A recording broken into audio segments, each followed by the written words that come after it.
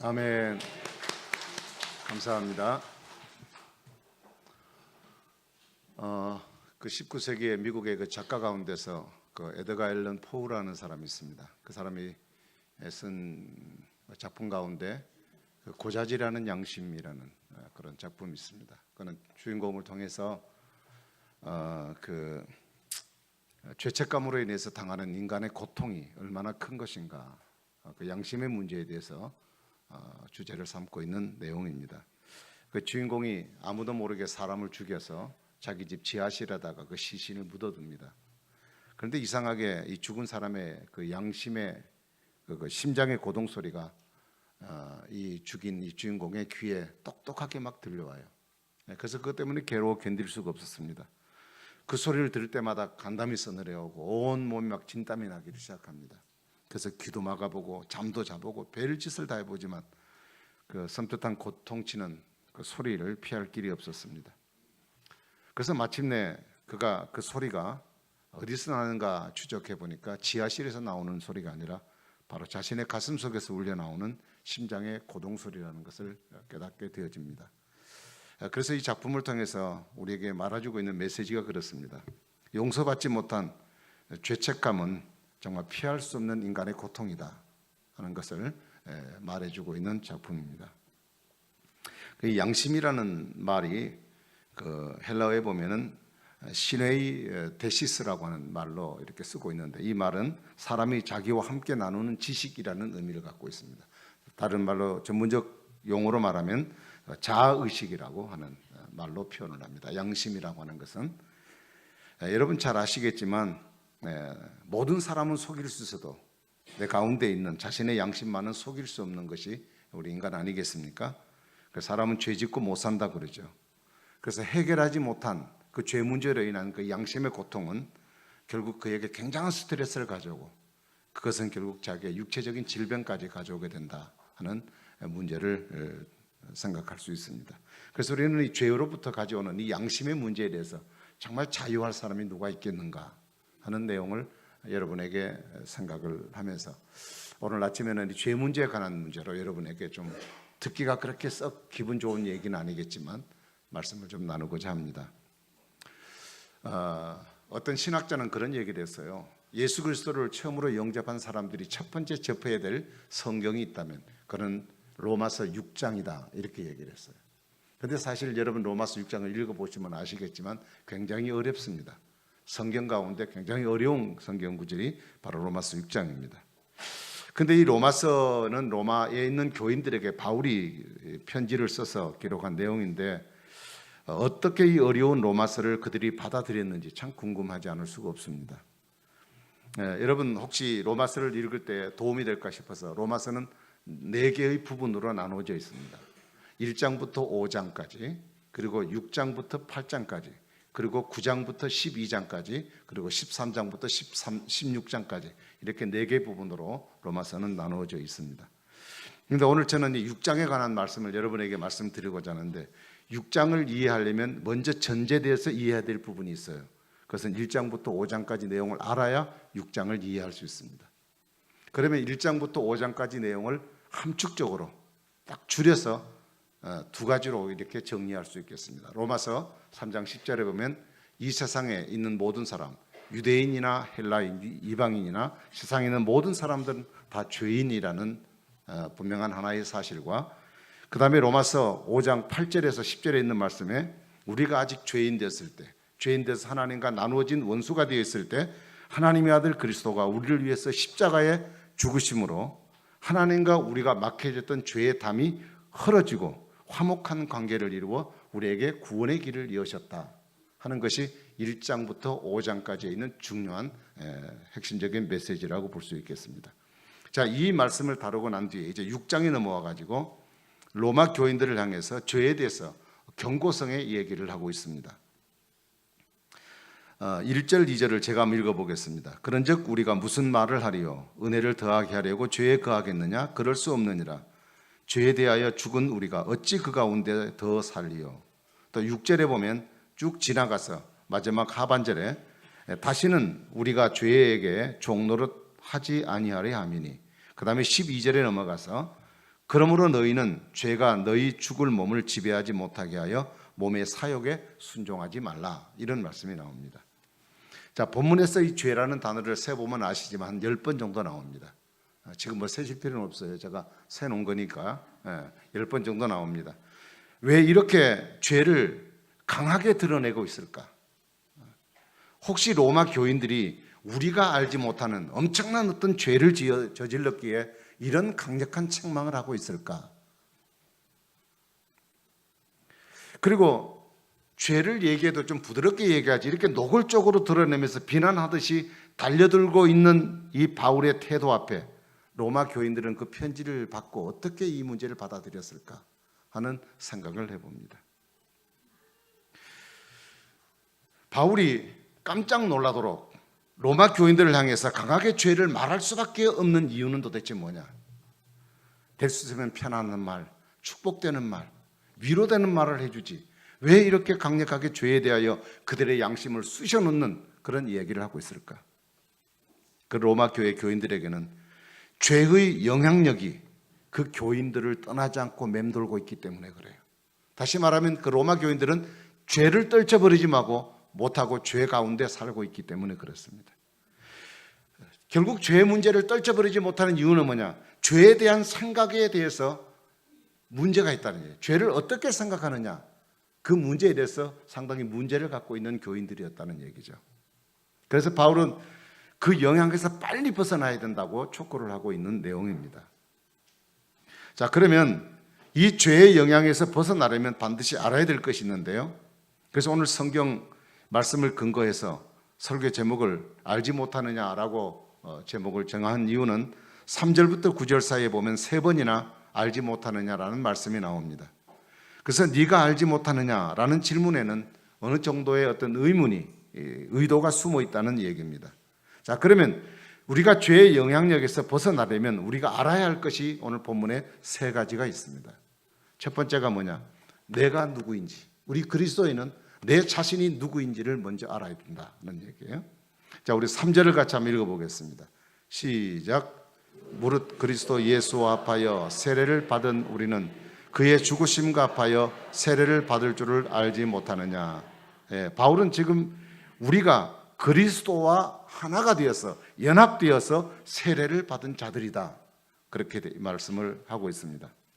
자, 3절부터 8절까지는 그리스도와 연합되었다는 말이 5번이나 나오고 있고, 그리고 3절부터 5절까지 세례란 말이 3번이나 강조가 되고 있습니다. 세례라고 하는 것은 뭐냐? 그리스도와 하나가 이루어졌다, 연합되었다, 합해졌다는 의미를 갖고 있습니다. 그러니까 결국 성도는 그리스도와 연합된 자임을 이 본문을 통해서 8번 정도 강조를 하고 있다는 거예요. 자, 이 말씀을 통해 도대체 나는 누구냐? 한마디로 이렇게 말합니다. 그리스도와 합하여 세례를 받은 자다. 그리스도와 합하여 세례를 받았다. 이 당시에 이 세례라는 말을 쓸 때는 그들의 생활 습관과 관계가 되어서 이 말을 썼습니다. 이 세례라는 말이 베프티즘이라는 이 말은 2000년 전에 염색을 하려고 그 물통에다가 생료를 집어넣고, 그리고 그 안에 잘 뒤섞여져 있는 그 염료 안에다가 옷감을 그 안에 집어넣었다가 담갔다가 다시 빼낼 때 쓰는 말을 이 베프티즘이라는 말을 씁니다. 죄송합니다. 우리 김용린 집사님이 이 염색하는 일들을 하고 계시는데, 지난번 이사를 하셔서 예배를 같이 이렇게 드리고 그래서 가보았는데, 성수동에서 지금 하고 있는데요. 그 염색통에다가 물을 풀어서 색소를 풀어서 넣고 거기다가 이제 기계 작업을 통해서 이제 옷감들을 집어넣으면 그것이 검은 옷이든 빨간 옷이든 파란 옷이든 상관할 것 없이 그 속에 담겨 있는 색깔대로 다시 나오는 것입니다. 여러분, 우리는 예수 그리스도의 피라는 것에 담궈지는 것, 이것을 세례라는 말로 표현합니다. 그래서 성도는 예수 피에 담궈졌던 사람들이라는 의미예요. 자, 예수 피에 담궈졌으니까 우리가 이전에는 새카만 색깔을 가졌던, 혹은 알록달록한 색깔을 가졌던, 그건 아무 상관없습니다. 예수 그리스도의 피의 색깔에 맞도록 우리는 그대로 잠겨져서 꺼내보면 그 색깔로 변해 있다는 뜻입니다. 자, 그 결과 예수의 피가 우리의 모습을 바꿔 놓았어요. 고린도전서 12장 13절에 보면 우리가 유대인이나 헬라인이나 종이나 자유인이나 다 한 성령으로 세례를 받아 한 몸이 되었고 다 한 성령을 마시게 하였다라고 말씀하셨습니다. 자, 죄의 몸을 입고 더럽혀진 죄된 우리가 예수 그리스도와 합하여서 예수님이 피에 잠기어 새 옷, 의로운 옷, 흰 옷으로 입은 의인으로 바뀌어졌다고 말하고 있습니다. 그러므로 우리는 더 이상 더러운 옷을 입은 죄인이 아니란 뜻입니다. 새 옷을 입은 자입니다. 흰 옷을 입은 자입니다. 우리는 깨끗한 자가 되었다는 말씀입니다. 우리 모두는 예수와 합하여 그리스도와 우리를 위해 십자가에 달려 죽으신 그 그리스도의 십자가를 통해 흘리신 보혈을 통해서 내가 그분을 믿음으로 나는 그분에게 잠궈진 자가 되어서 그분과 하나가 되므로 우리는 성령 안에서 새롭게 된 자가 된 것입니다. 우리가 이렇게 깨끗해진 몸을 가진 우리가 어떻게 다시 더럽혀진 몸으로 되돌아갈 수 있겠는가? 그래서 두 번째 여러분에게 말씀드리고자 우리가 꼭 알아야 할 것은 뭐냐? 더 이상 죄의 종노릇하면 안 된다. 그런 얘기. 나의 더러운 몸을 위해서, 죄된 나를 위해서, 영원히 죽어 멸망받을 나를 위해서 그리스도의 피를 통하여 그를 믿음으로 우리를 구원받게 하시고 그분이 우리를 위해 십자가의 죽으심을 통해 내가 구원받아 의로운 자가 되었다면, 그분이 죽으심으로 우리가 새로운 사람이 되었다면 우리가 또다시 죄의 종놀이 되어서 그 상태로 또 빠져들어가야 되겠는가? 그래서 6절은 이렇게 소개합니다. 같이 읽어보겠습니다. 시작. 우리가 알거니와 우리의 옛사람이 예수와 함께 십자가에 못 박힌 것은 죄의 몸이 죽어 다시는 우리가 죄에게 종노릇하지 아니하려 함이니. 네. 예수님과 합하게 될 때 우리의 옛사람은 이미 죽었다고 말했어요. 이제는 더 이상 죄의 종노릇을 해서는 안 될 것이란 얘기예요. 우리는 본질상 진노의 자녀가 돼서 죄가 이끄는 대로 옛날에 살아왔습니다. 그래서 우리의 생각대로 우리의 본능대로 인생을 살아왔어요. 그 결과가 어떠나 큰 아픔인지 우리는 알면서도 우리는 그 상태로 살아왔어요. 그래서 이제부터는 그리스도 안에서 자유함을 얻은 자가 되었으니 더 이상 우리는 죄가 이끄는 대로 살아가서는 안 되겠다. 여기서 종노릇 한다는 말은 무슨 얘기냐? 죄가 나를 맘대로 부리도록 내버려 두지 말자는 뜻입니다. 죄가 내 인생의 주인 되도록 나를 함부로 방치해 두지 말자는 얘기예요.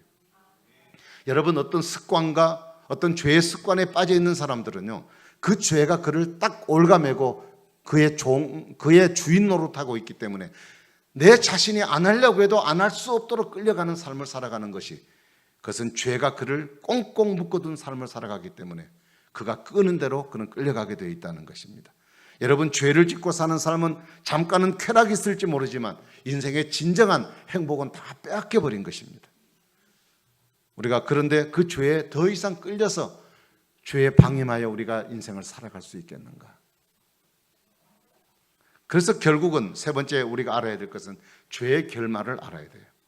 자, 9절은 죄의 결말을 이렇게 말합니다. 같이 읽겠습니다. 시작. 이는 그리스도께서 죽은 자 가운데서 살아나셨으며 다시 죽지 아니하시고 사망이 다시 그를 종노릇 그를 주장하지 못할 줄을 알미로다. 아멘. 여러분, 죄를 절대 가볍게 여겨서는 안 돼요. 그 이유가 뭐니까? 죄는 우리를 죽음으로 끌고 가요. 죄의 값은 사망이라고 그랬어요. 우리가 죄와 결별하지 못하고 죄를 끊어버리지 못하면 그것은 우리를 사망의 길로 우리를 끌어가는 결과를 가져오고 만다는 것이에요. 하나를 예를 들어보겠습니다. 1997년 6월 달에 미국에 그 매스컴을 떠들썩했던 한 사건이 있었습니다. 그 플린이라고 하는 한 여성이 있었는데, 이 여성이 그의 그 꿈이 있었습니다. 최고의 여자 조종사가 되는 꿈을 안고 그가 군에 입대를 하게 됩니다.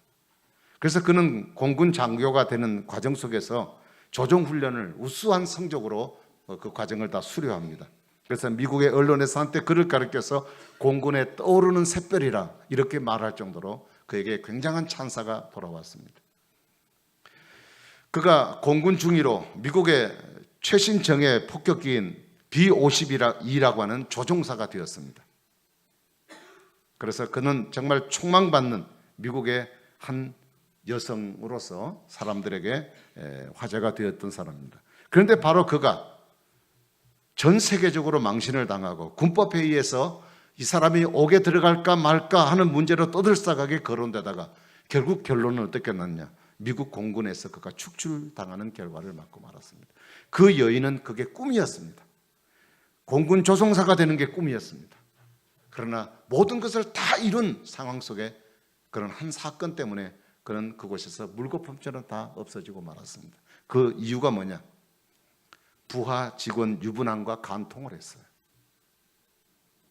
법을 어기면서까지 간통을 행할 때 그때는 스릴 있고 쾌락이 있었을 것입니다.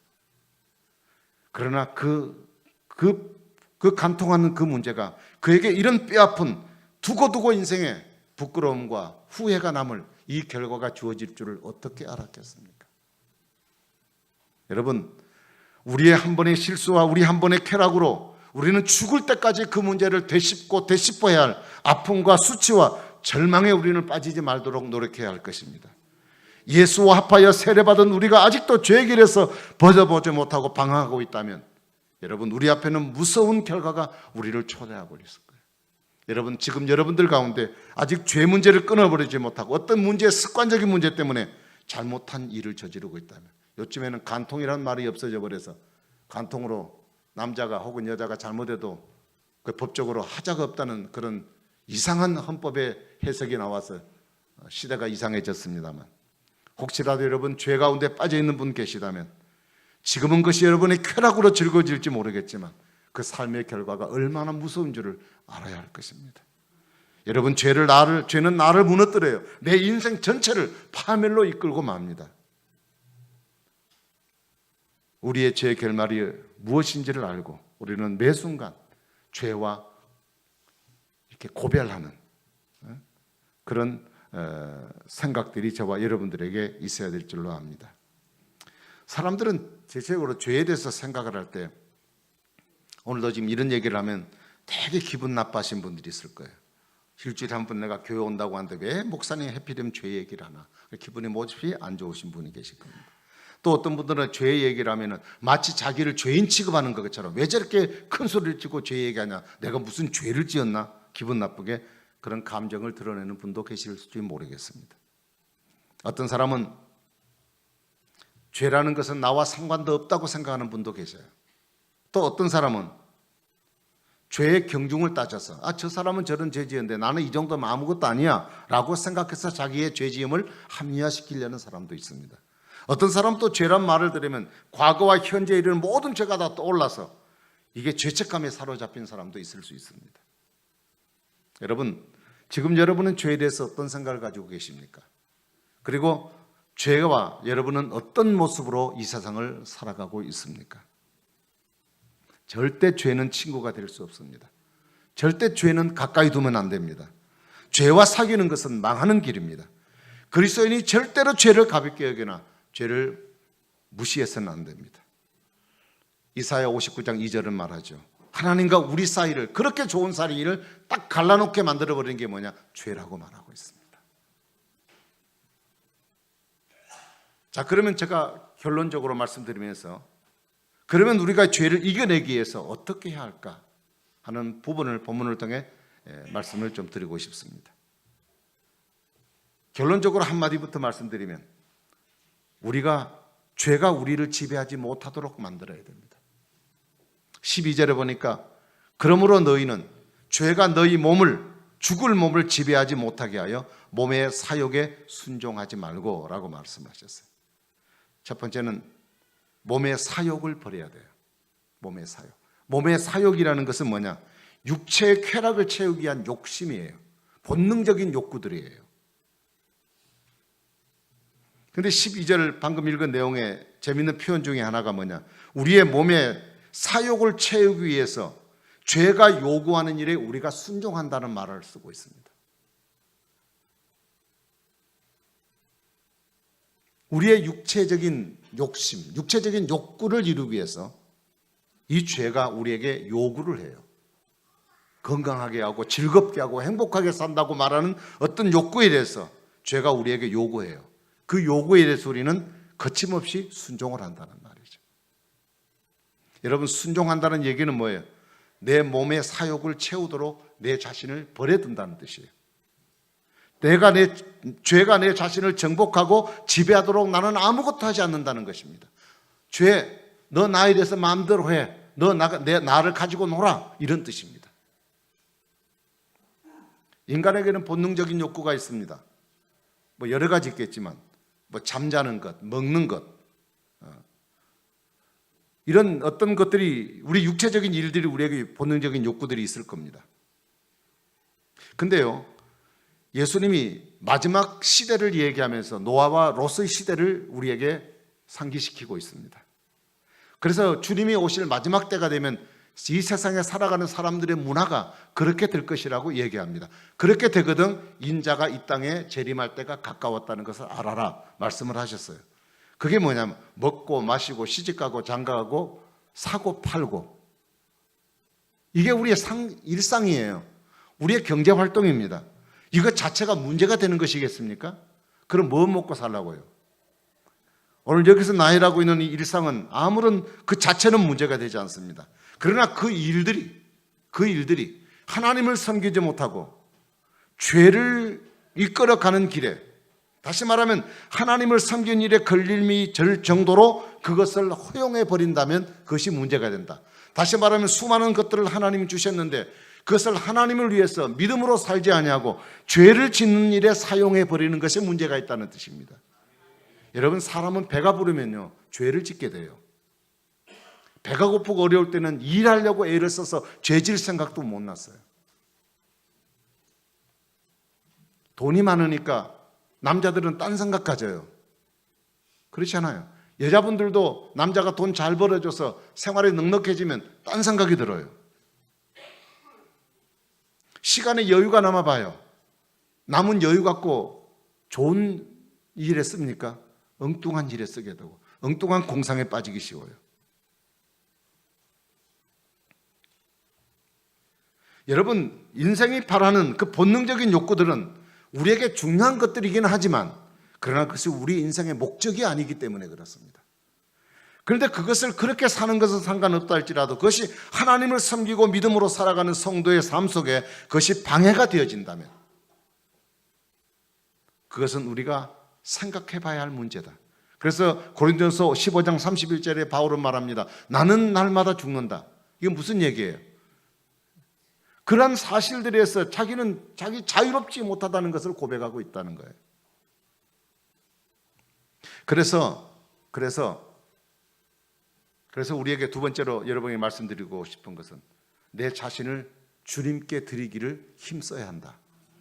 다시 말하면 적극적인 헌신이 필요하다는 뜻입니다. 13절을 보겠습니다. 또한 너희 지체를 불의의 무기로 죄에게 내주지 말고 오직 너희 자신을 죽은 자 가운데서 다시 살아난 자같이 하나님께 드리며 너희 지체를 의의 무기로 드리라.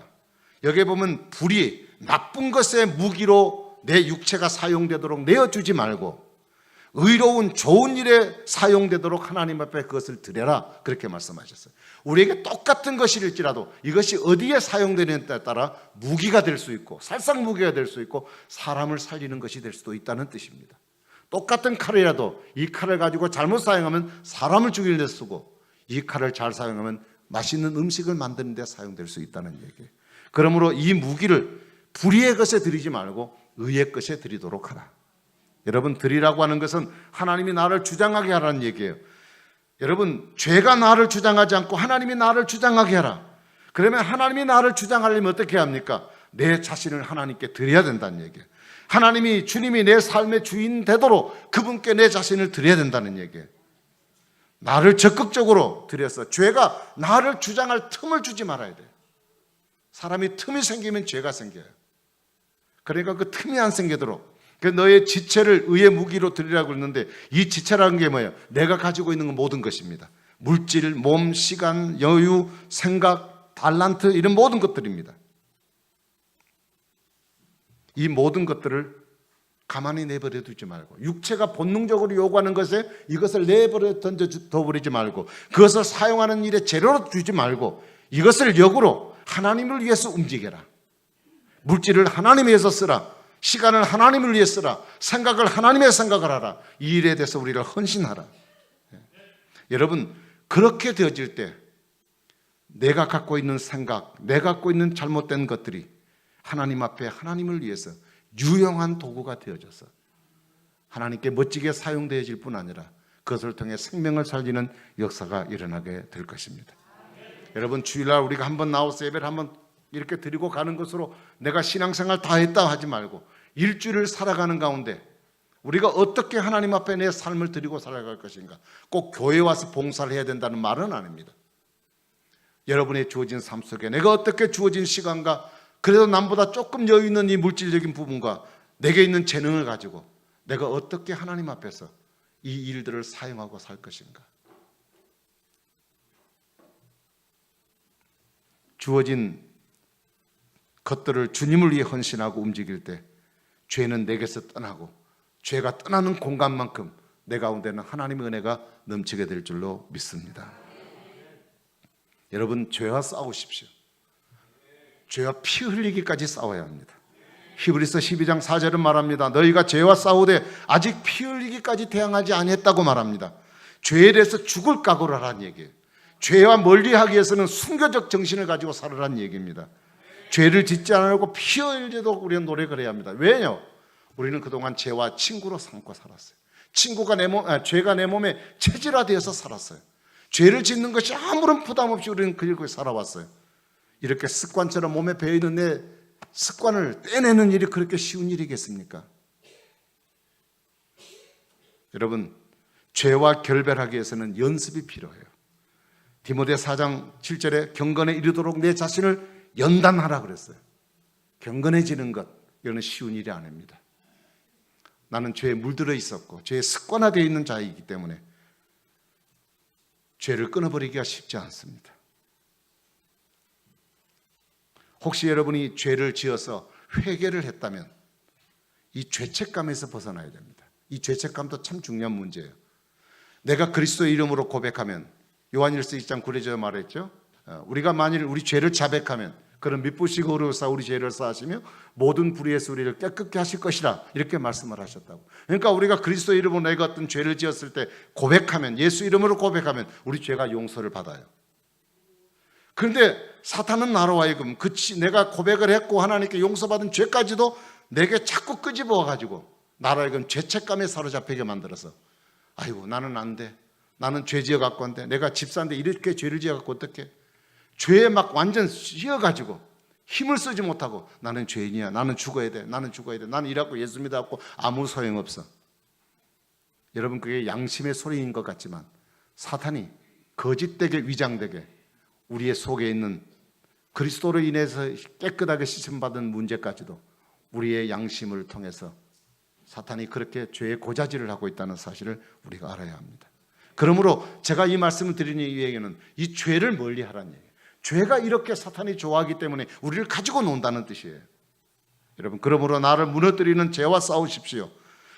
나를 무너뜨리게 하는 죄가 내 속에 들어올 수밖에 없는 내게는 약점이 있어요. 이 아킬레스건이 있다는 얘기입니다. 이게 무엇인지 찾아내야 돼요. 어떤 문제가 내가 그 문제 앞에 내가 약한 부분이 있어요.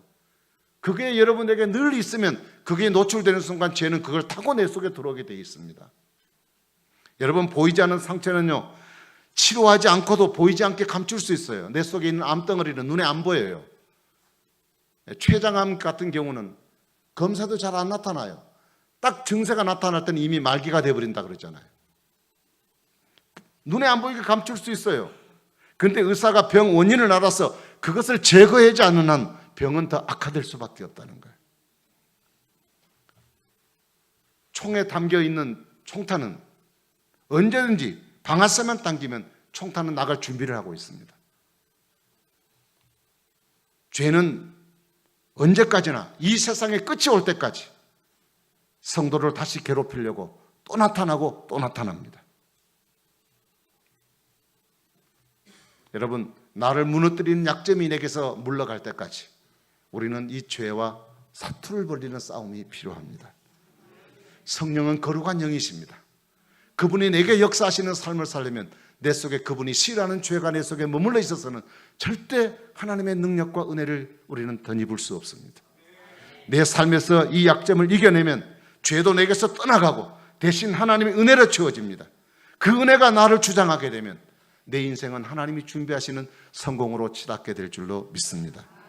이런 은혜가 2017년 한 해를 맞는 저와 여러분에게 함께 하셔서 날마다 죄로부터 승리하는 우리 모두가 되기를 주의 이름으로 축복합니다. 기도하겠습니다.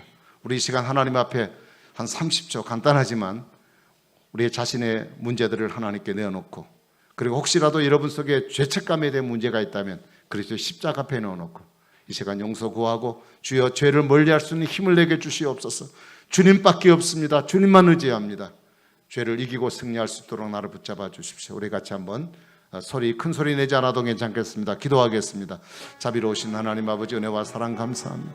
하나님 앞에 온전한 마음과 믿음으로 살아갈 죄이지만 우리의 삶이 하나님 앞에 합당하지 못하여 주께 영광 돌리지 못하는 부족한 부분이 우리에게 있음을 주여 우리가 고백하지 않을 수 없습니다. 우리는 나약하고 부족한 죄들 아닙니까? 성령 하나님 도우시고 인도하여 주셔서 참으로 하나님 앞에서 우리가 어떤 삶을 가지고 살아갈 건지 우리 자신을 돌아보며 믿음 안에 온전하게 살아갈 수 있도록 도와주시옵소서.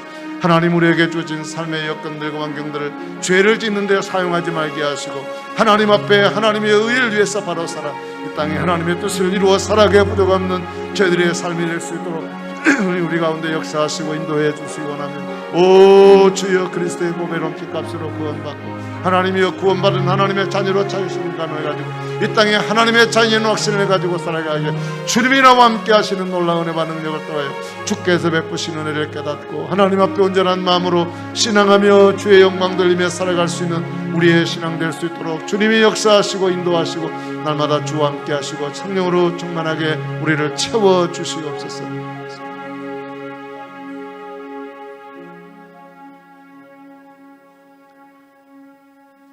온 몸이, 온 상태가 죄로 뒤범벅되어 하나님 앞에 용납될 수 없는 죄인된 우리를 그리스도의 십자가를 통하여 우리가 구원받아 그를 믿음으로 그리스도와 연합하여 새로운 사람이 되게 해주신 것 감사합니다. 이전에 죄 가운데 살았던 삶도 너무 지긋지긋하게 살았는데 우리가 예수 믿고 난 이후에도 여전히 죄 가운데 빠져 있다면 이건 하나님이 기뻐하지 못할 일임을 알고 주여 죄를 벗어버리게 하시고 죄와 싸우게 하여 주시고, 그래서 하나님 은혜가 내 속에 늘 충만하여 주님 베푸시고 내게 계획하신 하나님의 영광이 충만하게 나타나는 복된 인생을 살아가는 우리 성도들 되게 하여 주시옵소서. 예수님 이름으로 간절히 기도하옵나이다. 아멘.